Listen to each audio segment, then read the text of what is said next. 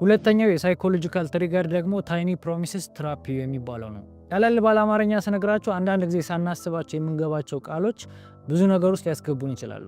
በእርግጠኝነት ብዙዎቻችሁ የሆነ የፋሚሊ ሴሬሞኒ ሊሆን ይችላል ወይ የሆነ ኢቨንት ተጋብዛችሁ አው ችግር የለው እመጣለሁ ወይም አው ችግር የለው እንተጋገዛለን ምናምን ብላችሁ ቃል ሰጣችሁ ሊሆን ይችላል። እነዛን ሰዎች ለማስደሰት ወይም ደግሞ ትንሽ አግዤ ዞር ላለው ብላችሁ የምትገቡባቸው ነገሮች አንዳንድ ጊዜ በጣም ይሰፉና ጊዜያችሁንም ጉልበታችሁንም ሊያጠፉባችሁ ይችላሉ። ምክንያቱም ደግሞ አንዴ ቃላችን ሰጠናል ብለን ነው የምናስበው። አንዴ እሺ ካልን በኋላ ወደ ኋላ ለመመለስ ትንሽ ያስቸግረናል። ቢዝነሶችም ይህን ሳይኮሎጂካል ትሪገር በደንብ ያውቁታል። ለዛም ነው የተወሰነ ደረጃ ድረስ እናንተን ፑሽ ለማድረግ የሚሞክሩት። አስተውላችሁ የምታውቁ ከሆነ ልብስ ቤቶች ላይ እንደገባችሁ ልብስ ወይም ጫማ እንድትሞክሩ ይሰጧችኋል። ያ የሚሆንበት ምክንያት ምንድነው?